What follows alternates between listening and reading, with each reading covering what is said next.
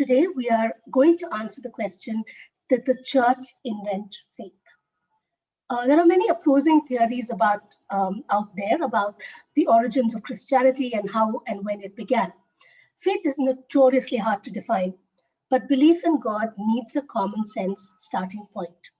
To shed light on this topic, please join me in welcoming Dr. Rebecca Wasson, a multifaceted dental surgeon who calls Toronto her home. She is currently working to get her master's in theology at the University of Toronto and is passionate about comparative religious studies, working with people and answering tough questions. She's also an enthusiastic apologetic. So without further ado, over to you, Dr. Wasson. Thank you. Thank you for the introduction. I'm going to share my screen now. I hope you can see it. Is that visible for everyone? Yes. Yes, okay.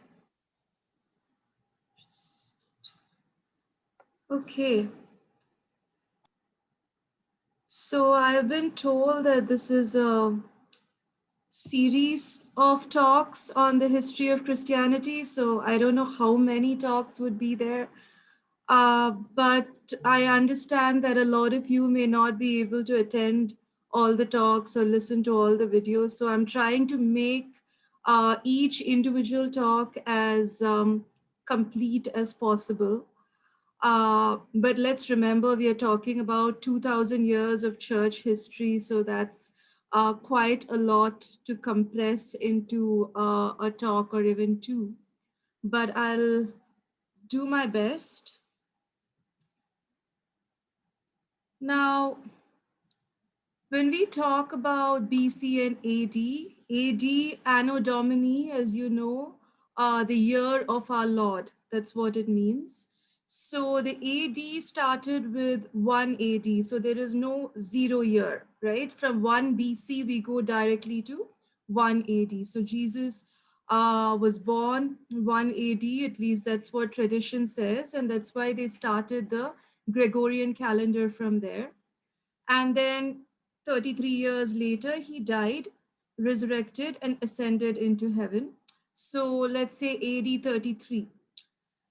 And then after that, we had Jesus' 12 disciples who went on to spread the gospel and to do great things, right? I'm trying to establish a timeline here because usually in church, at least in Protestant churches, I have been a Christian my whole life and I've been going to church my whole life.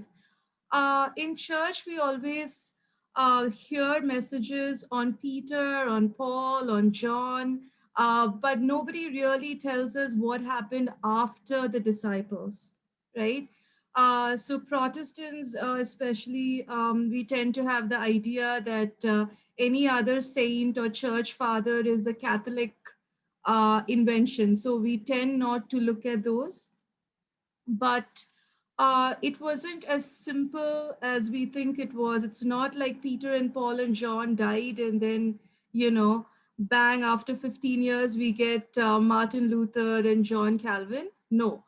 The Lord used a lot of people in between to continue to share his words and to preserve the teaching that he had given to his disciples. So, if we are to believe that the word of God or the scriptures is inspired by the Holy Spirit and that we can find Jesus in the pages of the Bible, then we must also believe that these men who came after ardent, devout men of God, that they were also inspired by the Holy Spirit to carry on the teachings of Jesus just as he had told them, right? So if we don't believe that, then we are going to have a lot of questions about, say, the most core doctrine of the Christian faith, which is the Trinity. So I'm going to attempt to take you through a timeline which will take us from the disciples and through some of the early church fathers down to the two main councils, the Council of Nicaea and the Council of Constantinople, which established the Trinity doctrines. Now, I've heard a lot of people say that Trinity does not exist because the word Trinity does not exist in the Bible. So, a lot of people say that the Emperor Constantine, one fine day, he got up, he got a few bishops together, and he came up overnight with this concept of the Trinity. That is not true. That's not true at all. However, if anybody should ask you that, you should be able to give a brief history of the church and how the doctrine came to be codified. I will not say formulated. The doctrine was not formulated. Trinity was explained to his disciples by Jesus himself. Jesus claimed to be God and he claimed to be one with God. He was very clear about that.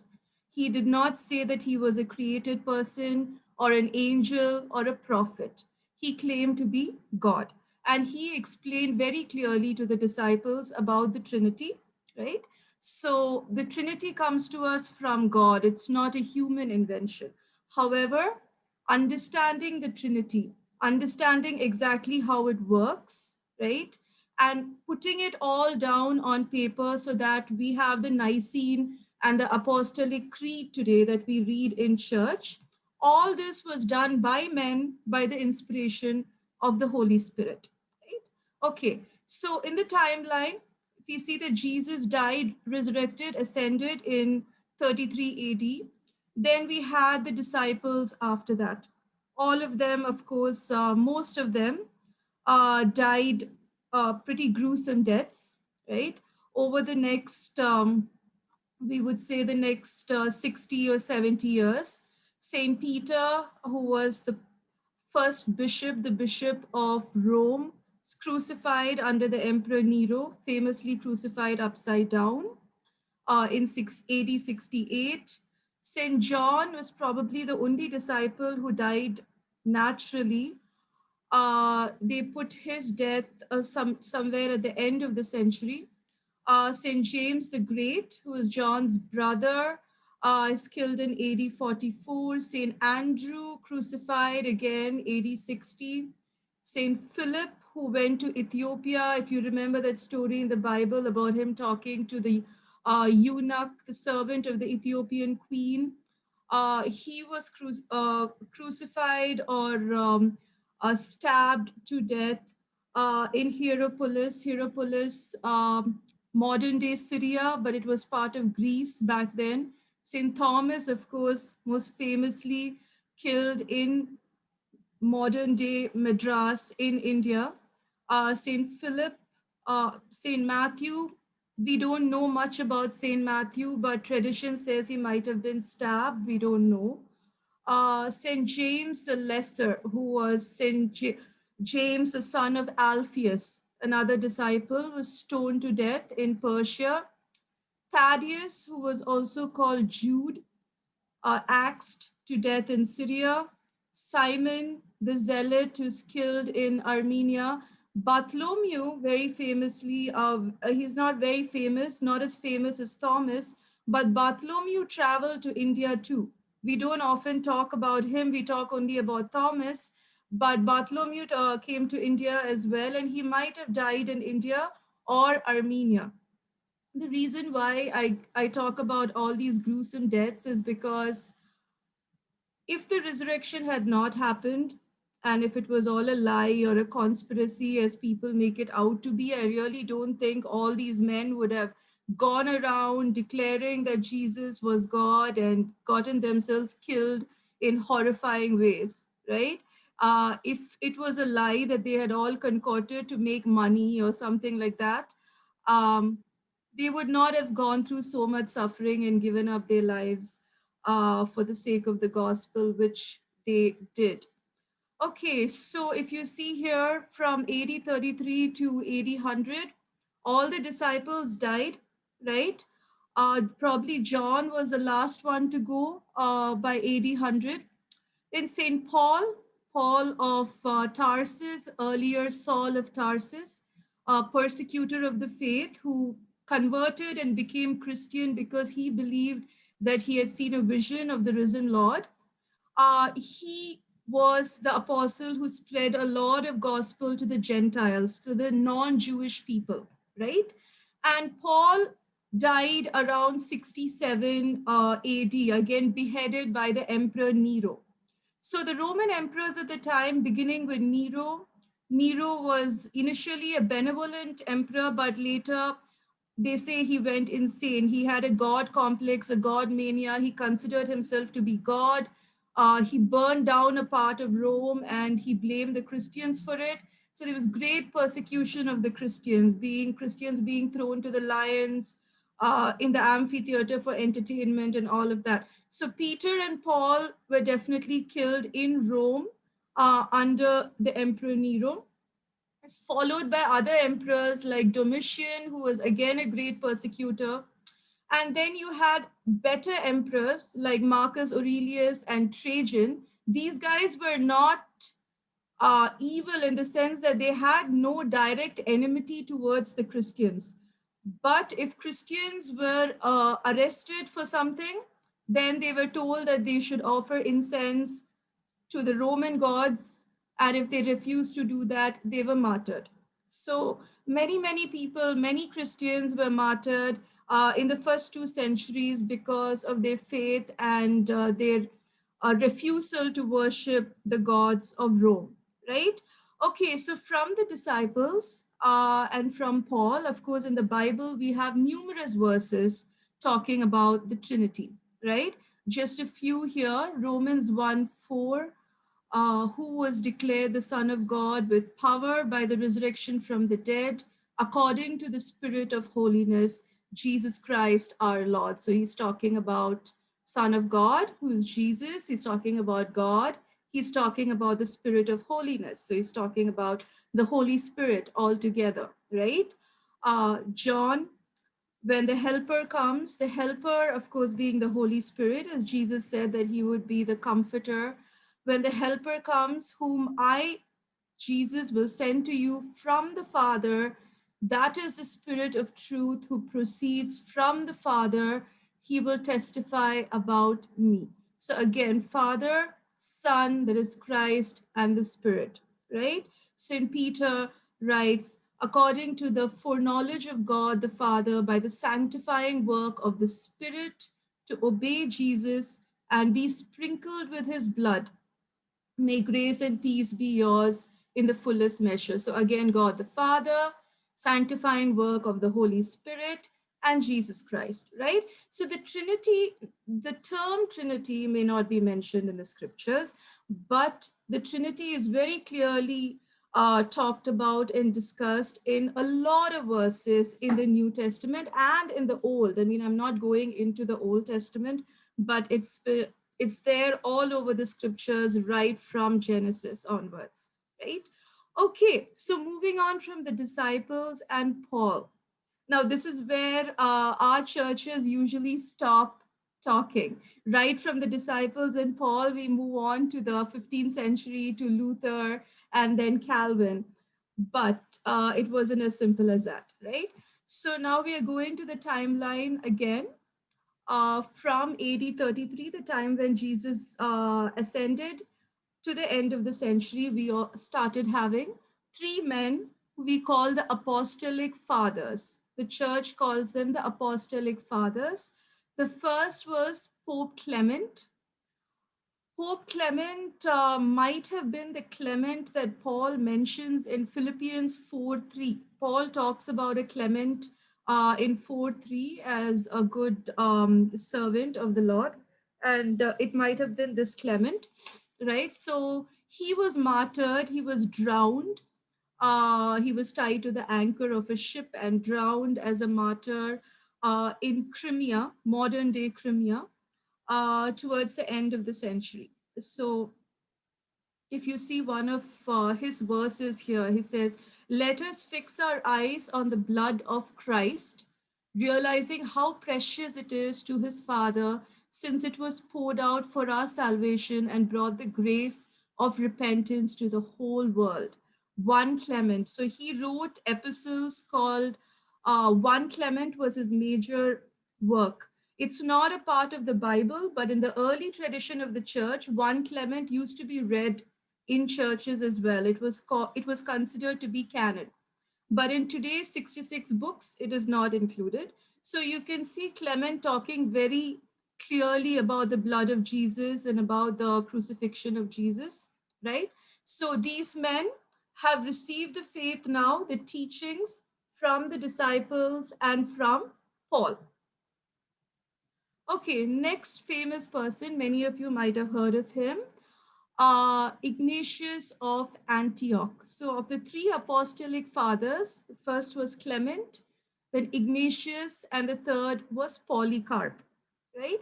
So, Ignatius of Antioch was the bishop of Antioch, and he was a disciple of the apostle John, right? He was a disciple of John himself. So, we are getting a clear timeline: Jesus teaching John, and then John teaching Ignatius, right? So Ignatius was killed, put to death, likely thrown to the lions. The bishop was taken from Antioch to Rome to be thrown into the amphitheaters for entertainment of the crowds, and likely killed by lions around 108. So this old, he was an old man at the time. And on his way to Rome, which was a long journey from Antioch to Rome, Ignatius wrote several letters. And some of the letters also went to Polycarp, the other bishop whom we are going to talk about next, who was also a disciple of John.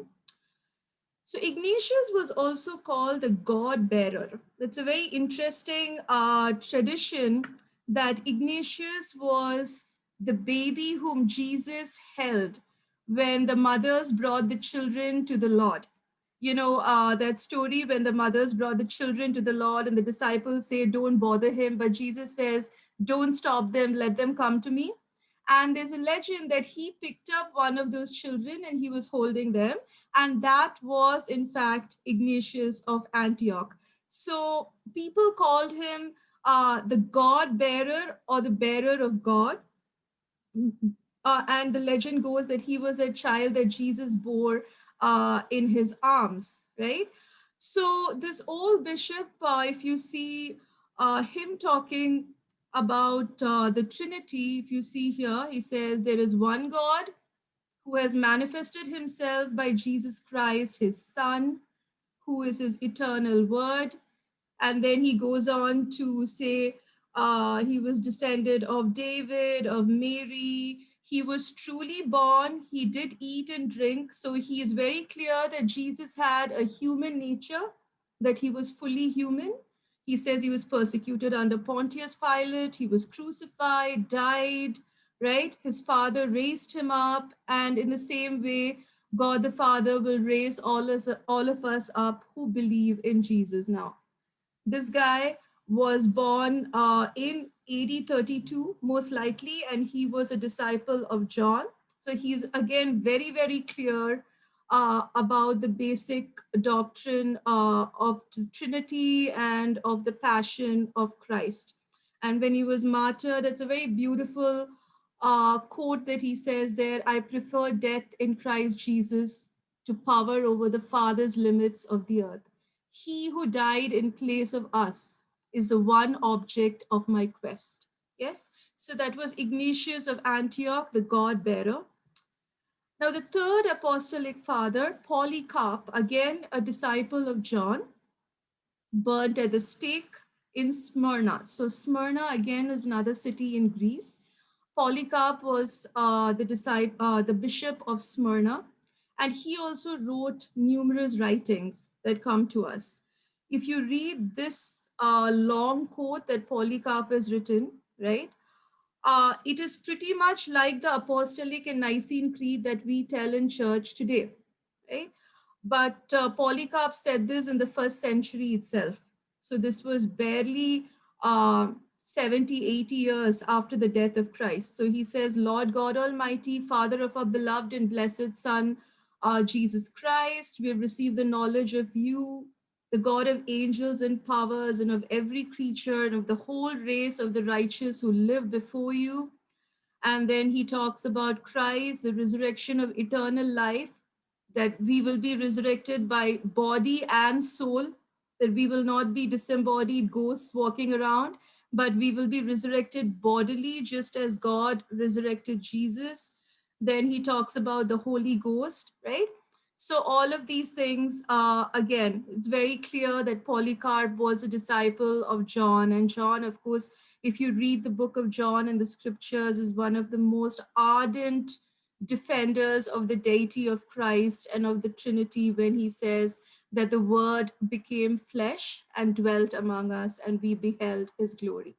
Another very beautiful quote by Polycarp: when he was being martyred, this old bishop, he was 86 years old, or he could have been a Christian for 86 years, we do not know. But they asked him to burn incense to the Roman emperor and to the Roman gods. And he says, 86 years have I served Christ, and he has never done me any harm. How then could I blaspheme my king who saved me? Right? So again, the faith of our early church fathers, a remarkable faith. And although they are not mentioned in the scriptures, so we don't really talk about them, but still their faith was a very remarkable faith. And many, many of them died as martyrs because they loved Christ, only for that reason, right? So next we come to Saint Irenaeus of Lyons. Now, he was a disciple of Polycarp. So again, a clear chain, right? You see Jesus talking to the disciples, then John the disciple, his disciples, Polycarp and Ignatius of Antioch, Polycarp's disciple, Saint Irenaeus of Lyons. He was also martyred in Lyon, modern day France. Now, Saint Irenaeus, he wrote a major work called Against Heresies. I would recommend that you all read it. It is available for free on the internet. So he wrote this book to refute certain heresies that had come up. There was a guy called Cerinthus, and he was talking a new doctrine. What Cerinthus was saying was that Jesus is not God, that somehow when Jesus was born, God came into him, and just before Jesus died, God's spirit left him. Okay, so he was sort of talking about an adoptionist sort of doctrine, and Irenaeus refutes him. He also refutes the Nicolaitans in his book. The Nicolaitans, I might have read about them in Revelation 2:6, when Jesus says he does not like the Nicolaitans. The Nicolaitans believe that um, ritual sex was okay. They believed that group sex was okay. They just felt that God has covered them with his grace. So basically, they can live in any way they chose to live, right? So they had some wrong teachings. Irenaeus refutes them. Then over here, Irenaeus gave the rule of faith. Now, Irenaeus was probably the first person to give us a rule of faith. Now, the rule of faith, what we have today is the creed, the Nicene Creed, the Apostolic Creed, and of course the Bible, right? So similarly, he gave the first rule of faith, which is the standard that the whole church should follow, right? Now, whether you are a Protestant, a Catholic, or a Greek Orthodox, Egyptian Orthodox, Pentecostal church, independent church, whatever it is, right? Any traditional Orthodox Christian church has to follow the rule of faith, or has to follow the creed that we have now. If you don't, then you would not be a traditional Christian church, right? So Irenaeus says this is for the church that has been dispersed now throughout the whole world. So Irenaeus was martyred in 202. We have gone into the 2nd century now, just the beginning of the 2nd century. So even by the beginning of the 2nd century, the gospel had spread throughout the known world, even as far as India, right? To Africa, through Philip, Ethiopia, and all of those, the farthest corners of Europe, to Armenia, and those Eastern European countries. So this was a known world. Of course, the Americas and Australia had not been discovered. So the gospel had spread to all these places. So he says, the church has been dispersed throughout the world, even to the ends of the earth. And then he says we must all have this one standard rule of faith. So no matter where the church is, we have this one doctrine: one God, the Father Almighty, maker of heaven and earth and the sea and all things that are in them. One Christ Jesus, the Son of God, who became incarnate for our salvation. In the Holy Spirit, who proclaimed through the prophets the dispensations of God and the advents and the birth from a virgin and the passion and the resurrection from the dead and the ascension into heaven in the flesh, and beloved Christ Jesus our Lord, and his future appearing from heaven in the glory of the Father, to sum up all things and to raise anew all flesh of the whole human race. Now, this is exactly like the modern creeds that we have, the Nicene and the Apostolic creeds that we read in church every week. So, this was a rule of faith uh, talked about by Saint Irenaeus, who disciple of Polycarp, who was again martyred. Then we go on to Tertullian. Must be really sad now by all those who have loved the Lord and who have been killed. So, a little good news for you: Tertullian, who was one of the first apologists, he was not killed. Most people say he died peacefully in his sleep, surrounded by his disciples and friends. So, Tertullian was one of the earliest apologists, and he's considered the father of Latin Christianity. For those of you who don't know what an apologist is, an apologist is someone who finds reasons to believe in the faith. People who build a case for the faith, who build a case for the God that we believe in. There are apologists in all religions, and there are apologists in Christianity too. So Tertullian was one of the first apologists. He died around 240, died peacefully. He was the first Latin writer to use the term Trinity.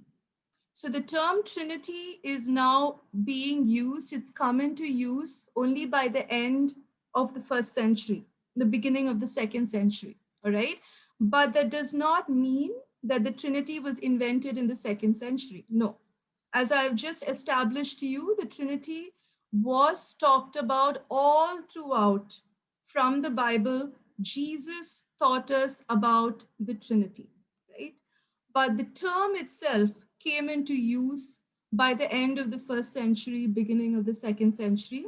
So Tertullian was one of the main apologists, along with Justin Martyr, who defended Christians against the accusations being made against them. Very strangely, Christians were accused by the Romans of being atheists. They believed that Christians were atheists, that we did not have a God, because the Romans had so many gods and Christians refused to pray to those gods. And we were talking only about the one God. So Christians were accused of being godless or atheists. That was one accusation. Another accusation is that Christians were not participating in the normal social and cultural events of Rome. Now, the social and cultural events of Rome was throwing people to be eaten by lions in the amphitheater. And naturally, the Christians condemned this and said it was wrong, and they would not go and see these bloody events. So they were considered to be problem mongers and anti-socials. And Tertullian defended Christians against these sort of accusations. Again, here he talks about the Trinity. We define that there are two, the Father and the Son, and three with the Holy Spirit. And this number is made by the pattern of salvation, which brings about unity in Trinity, interrelating the three, the Father, Son, and the Spirit. They are three, not in dignity, but in degree, not in substance, but in form, not in power, but in kind. What he's trying to say is that the three persons are equal. They have the same being, the same nature, the same power, right? There is no difference between them in their nature at all, but they are different in degree in the sense of the work that they do. The functions of each of the persons of the Trinity varies. God the Father, of course, he is the source of all things, and he creates the world through the word that is Jesus, God the Son. God the Son comes to die for our sins, to reconcile us back to God, and the Holy Spirit comforts us and reminds us of what God and Jesus has done for us, right? Okay, so moving on to the next group of people. So again, I know I'm taking a lot of names over here, so I keep recapping. From Jesus, we get the teachings and the deposit of faith said to the disciples and to the apostle Paul. After the disciples, we focused on the disciples of John. You had Polycarp, you had Ignatius mainly, right? These were the apostolic church fathers. Then after Polycarp, we had his disciple who was Irenaeus of Lyons. Then we talked about Tertullian, who was an apologist living in North Africa. And then after that, we had Tertullian's student here, Saint Cyprian of Carthage. He was a student of Tertullian. He was also martyred by execution in Carthage. So now we have come to almost the middle of the second century. We started with AD 33 when Jesus resurrected and ascended into heaven. Now we have come towards AD 258, the middle of the second century. Cyprian did not write a lot about Christian doctrines. He was a pastor and a bishop, so his writings were more about pastoral work and how the church should function and how we should obey the pastors. So, but then one quote that he had written: "There is one God, one Christ, one church, and one chair founded on Peter by the word of God." So Peter, he says, was the first bishop and the first pope of the church, the man whom Jesus himself gave um, uh, and told him to lead the church, right? So after Saint Cyprian, now we come to an entirely different person who was not a disciple, an apologist, theologian, but an emperor. Emperor Constantine. Now, after nearly 3 centuries, I would say, or 2.5 centuries of terrible persecution of the church, the really bad guys were Nero and Antiochus and Domitian. The okay bad guys were Marcus Aurelius and Trajan, all Roman emperors who were persecuting the church. And then we come to Emperor Constantine the Great, right? Now everybody knows Constantine. He was the first Roman emperor to convert to Christianity. There is, of course, the story that he had a vision of the cross before he went into war, and that made him convert. I don't know if that story is true, that is tradition, but whatever the reason might be, okay, even if we go by the political reason, most secular scholars say that he converted and made Christianity the prime religion of Rome because he saw that the numbers of Christians had grown very rapidly and Christians were becoming very powerful. So whatever his reasons for conversion, we can say that in 200 to 250 years, there were so many Christians that the emperor himself decided that it would be better if he became Christian and made Christianity the official religion, right? So from 12 men, 12 disciples, all persecuted, all martyred, right? In less than 3 centuries, we had Christianity become the official religion of the Roman Empire. And now this is the greatest empire of the known world at that time. So that's a pretty great achievement. And we cannot say that this was done by men. Obviously, this was done only by the inspiration of the Holy Spirit.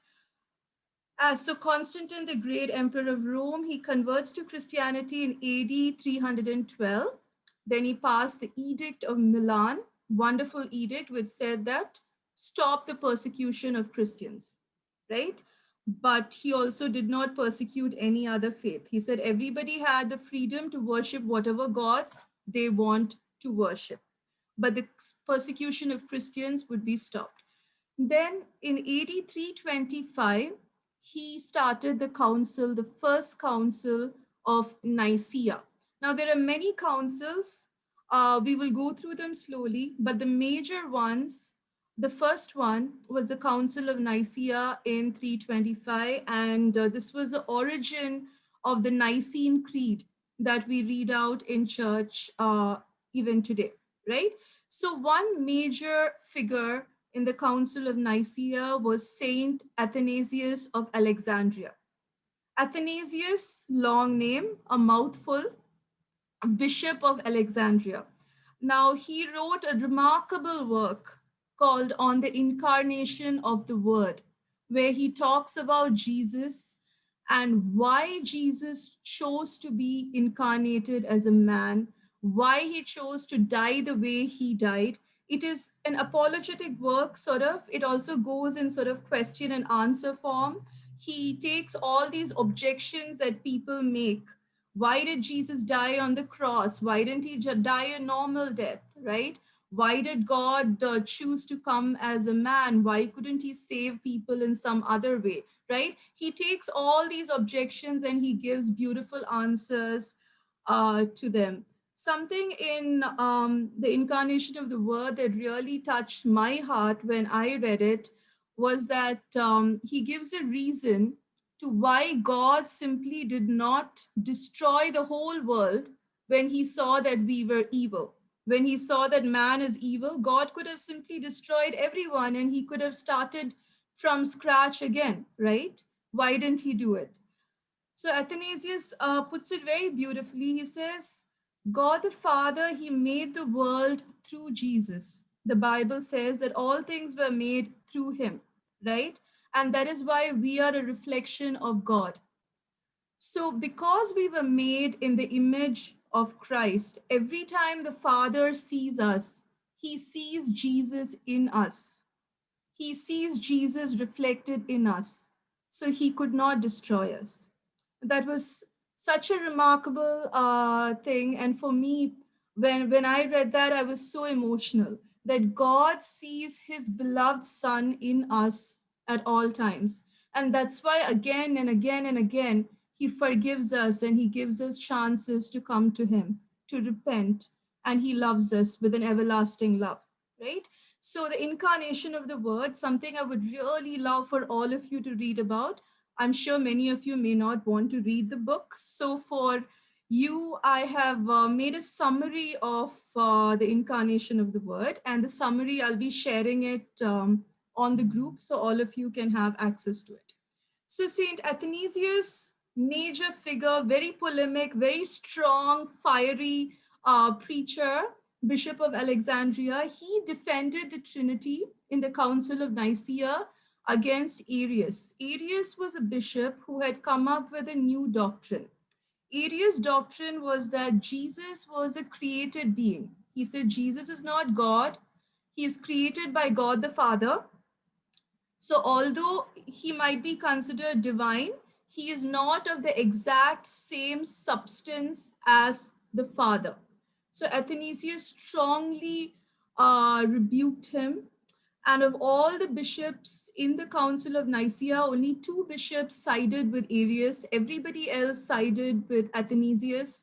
And the Nicene Creed was passed to say that Jesus is a one substance with the Father. Now, again, for all those people who imagine that Constantine got up one fine day and decided, okay, I'm going to make Jesus God today. No, it did not happen that way. Constantine did not invent Christianity, right? As I've established to you, the doctrine of the Trinity came to us from Jesus himself through these 2.5, 3 centuries. And it's only in the 3rd century that they codified it and they put it down in writing so that there would be no more confusion or doubts for future generations. Okay, so these guys in the Nicene Council didn't just sit together, put their heads together, and create Jesus as God. Jesus always was God by his own admission and by his own teaching. So, as Athanasius says here, one of his quotes, It was unworthy of the goodness of God that the creature made by him should be brought to nothing through the deceit wrought upon man by the devil. It was unfitting that the work of God in mankind should disappear, either through their own negligence or through the deceit of evil spirits. So then, what could God do? What was God supposed to do? God had created us. He saw his son reflected in us. Okay. It would have been very unworthy of him to just let us die because of the devil's deception. How could he save us? How could he prevent corruption and death from taking over us? That is the reason why he allowed his son to incarnate for us, right? So Saint Athanasius, again, he was not martyred. You'd be happy to know. He died happily on his bed at a ripe old age, right? Okay, so the Council of Nicaea, and then you had the Second Ecumenical Council a few years later in Constantinople. There were two main councils. Council of Nicaea was convened by Emperor Constantine to resolve the Arian controversy. As I told you, Arius claimed that Jesus was a created being. Athanasius was a key defender. Only two bishops, I'm sorry, that's a mistake. Okay, yeah, that is correct. All but two bishops sided with Athanasius, right? Only two bishops sided with Arius, and the Nicene Creed was ratified, and they codified the core doctrine that Jesus was the exact same substance as the Father, homoousion, same nature, same substance as the Father. So he was God too. God of God, light of light, very God of very God, begotten, not made, being of one substance with the Father through whom all things were made, right? What we say in the Nicene Creed, that was codified. But they did not write anything about the Holy Spirit in this first creed that was created in Nicaea. So the conflicts continued a little bit till AD 381, when the Emperor Theodosius convened the Second Ecumenical Council. This was the Council of Constantinople. So here they mentioned the Holy Spirit. They brought the Holy Spirit in, codified and put it in the doctrine that the Holy Spirit is the third person in the Blessed Trinity. And this council was led by Gregory of Nazianzus. Now, in the next speech or the next talk that I'm going to give, the next lecture, we will talk more about Gregory of Nazianzus, Gregory of Nyssa, and Basil. So these were the three guys who established the doctrine or codified the doctrine that Jesus had two natures when we say that he was fully God and fully man. So these were the guys who codified that. So initially, they had to codify the doctrine that Jesus was exactly the same substance as the Father. So he was God, no different, right? And then in the second council, they talked about the Holy Spirit. They put that in. They codify the core doctrine of the Holy Spirit as the third person of the Trinity. And also they mentioned the dual nature of Christ, that he was fully God and fully man.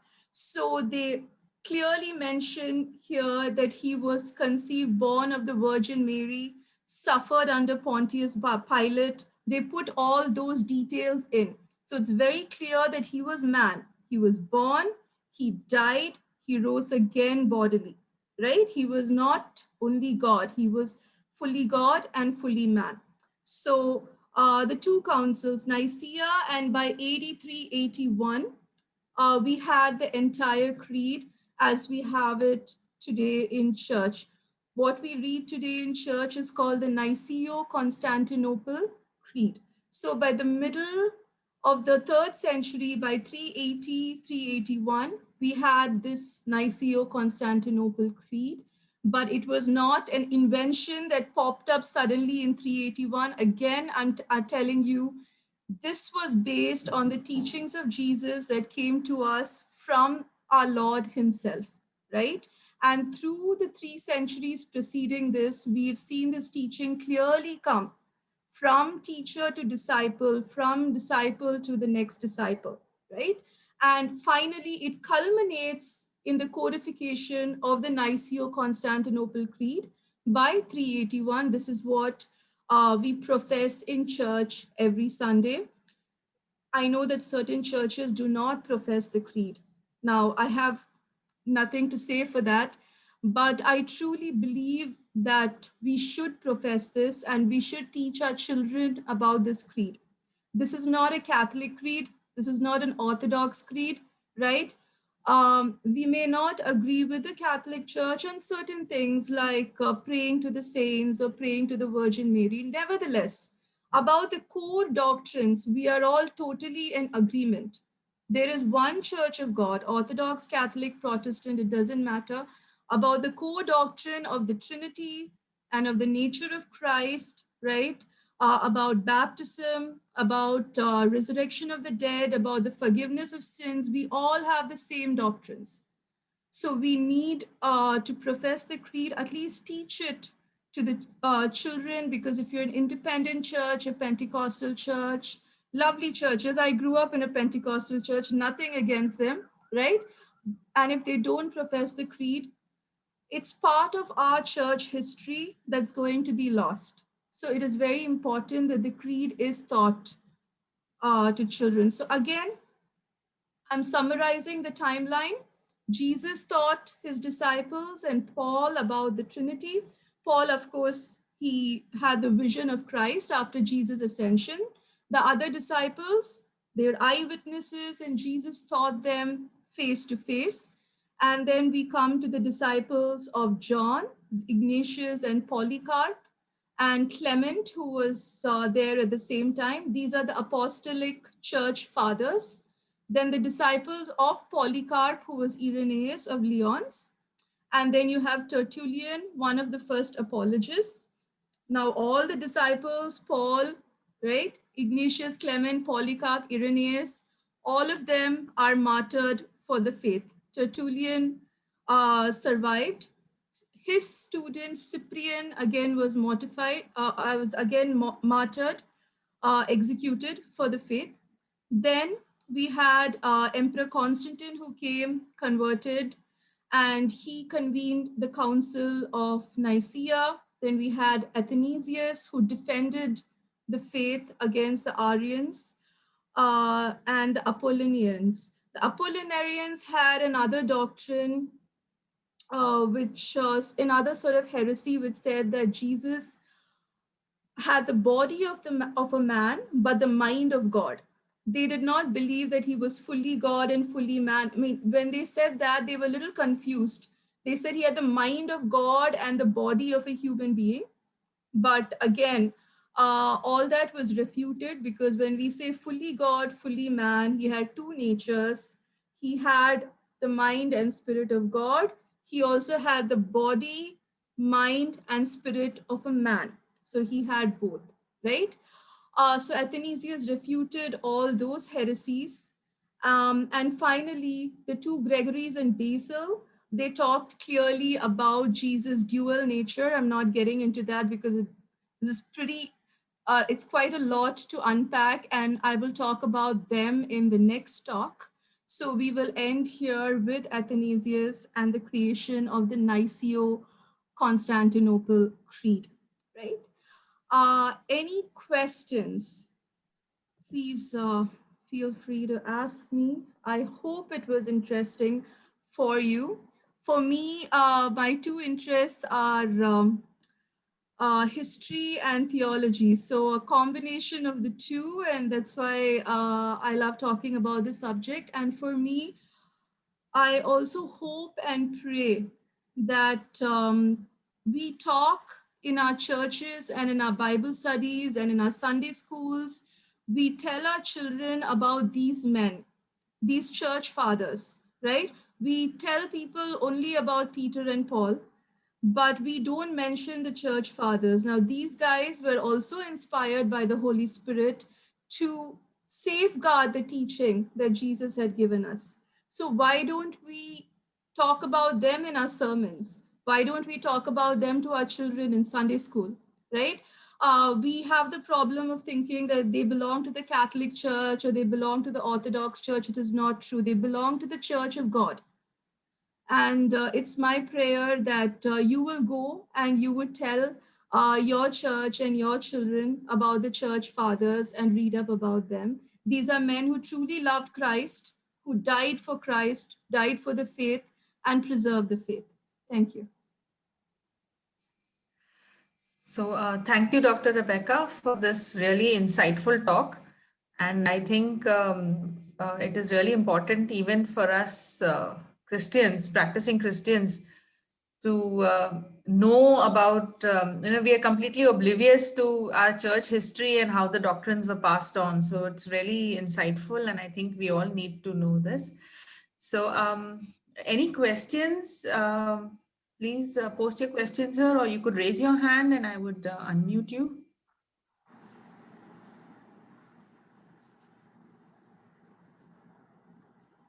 Okay, meanwhile, Dr. Rebecca, I have a question. So you spoke about Jesus being in one substance with God. So, we all learn and know that. But then also it has been established that he was fully man and fully God. So why, isn't it like a a very obvious contradiction that is being like the message that is sent out? So, how would you explain that? Like why would it be like that? Well, the doctrine of the Trinity, that's a whole other lecture in itself.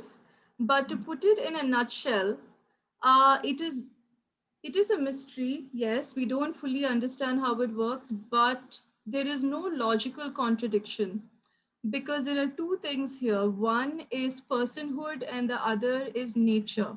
When you read about the doctrine of the Trinity, personhood is basically who you are, nature is what you are, right? So we can say that if you take a rock has a nature, then it's a nature of a rock, but it's not a person, right?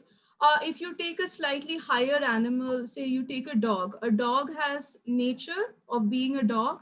He also has personhood. They sort of know if you call them by their name, they love, they have a soul. Definitely dogs have a soul, I feel. Human beings, definitely we have a nature and a personhood. We know who we are, we know what we are, right? God being higher than us, he's the maximally greatest being. That's why we worship him, right? If he's just like us, we are not going to worship him. So God goes one step further. He has the same nature, but three persons. He exists as three persons. So person and naturehood are two different things. So it does not logically contradict to say that it is one nature with three persons. But in Christ, the second person, there's one person with two natures. Okay, so there are two things, personhood and nature. So what happens is when the divine logos, Jesus was the logos or the word made flesh. He was always the second person of the Trinity, right? When he was incarnated into the world, he took on the flesh of a human being from his mother Mary.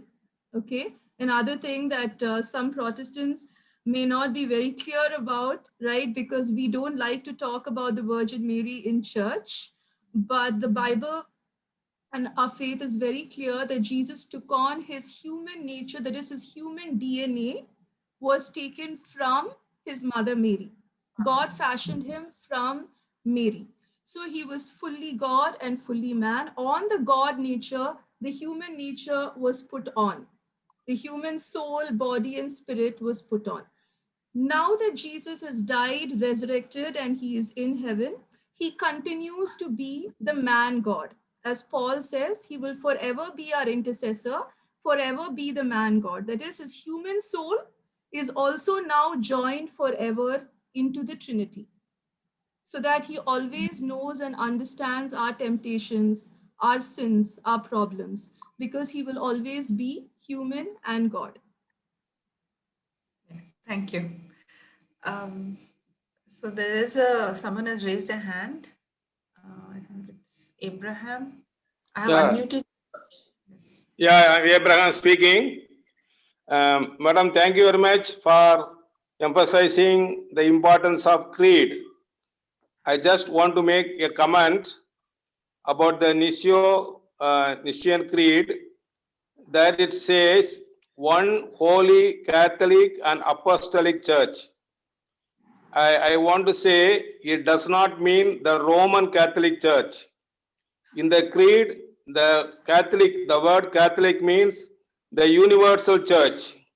That is, all the believers of different denominations who are saved by the blood of Jesus Christ. It does not mean the Roman Catholic Church. So we should understand the difference between Roman Catholic Church and Catholic Church.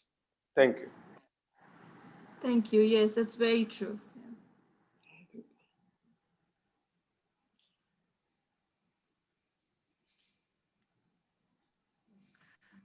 There is another sentence in the chat which says only human beings have a soul. So I think that is in response to your dogs also have a soul. I think so. Well, the soul is mind. The soul is mind and consciousness. It is not spirit, right? We are tripartite beings, body, soul, and spirit. And you would definitely say that a dog has a mind, a soul, in that they love you. And higher animals have a soul as well. They do have a mind, a consciousness. May not have the spirit. The spirit is the God consciousness, or the part of us that responds to God. The Bible says that all creation praises God. Okay. So even animals praise God. Even the rocks and the trees praise God. So it is possible they have a spirit that we don't know, but we can definitely say they have a mind and consciousness, which is the soul. Actually, some people refer soul as different spirit. That's why there's a confusion. Because mainly we call many times soul as spirit, and body, mind, and soul. They say that could be one confusion. Okay. So because as I think Bible says that only man has a soul or spirit. So the Bible differentiates between the soul and the spirit. The Mind- Bible does not talk about animals having souls, but there are animals in heaven, right? When we talk about the lion and the lamb lying together and all of that. that is a So- metaphor, I think so. Lion and the lamb, because Jesus is both lion and he's also the lamb. So that when we are So there are not no sure animals whether- in heaven, is what you're saying. Yeah, what I'm saying is, I don't feel animals can go to heaven because Jesus, we are made in the image of God. Only human beings are made in the image of God, and no other animals or insects or anything is not made. So that I think we need to be clear. Anyhow, when Bible is silent, let us be silent. That's all I think. Yeah, it's silent on it. My belief is that all creation will be in heaven because all creation is made new when he makes a new heaven and the new earth. So that is what I believe. And God's eye is on the sparrow. He knows even when a bird falls. So I believe that animals and birds, because they are beautiful, they are good, he calls them good. And animals have a mind as well.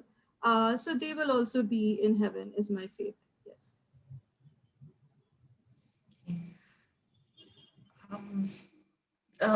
There's another question. I didn't quite understand what the difference between Catholic and Roman Catholic is. Could you please explain briefly? Yes, when we talk about the one Catholic and Apostolic Church and the Creed, you would see that many people think that it is the Roman Catholic Church. So Protestants don't like to mention the creed. But the Catholic means universal church. It means the Church of Christ all over the world. So it's not talking about the Roman Catholic Church. So we should not feel odd about professing the creed. The creed is for the universal church. It's a rule of faith for all denominations. So there's nothing wrong in mentioning professing the creed. I think Mr. Abraham has one more question. Not question, madam. What we read in Isaiah chapter 11. Isaiah chapter 11, where the wolf and lamb will be together. I think it says about the millennium rule, the 1000 years of rule by Jesus on this earth, not heaven. I think so. Possibly, sir. He made a new heaven and a new earth, it says. So it could possibly be an earthly thing where the animals are there. But because Jesus will be there, it would be equivalent to heaven, right?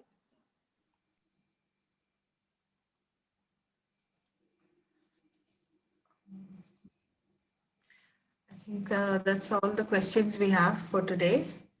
So thank you once again, Dr. Rebecca, for this really insightful talk. Thank you.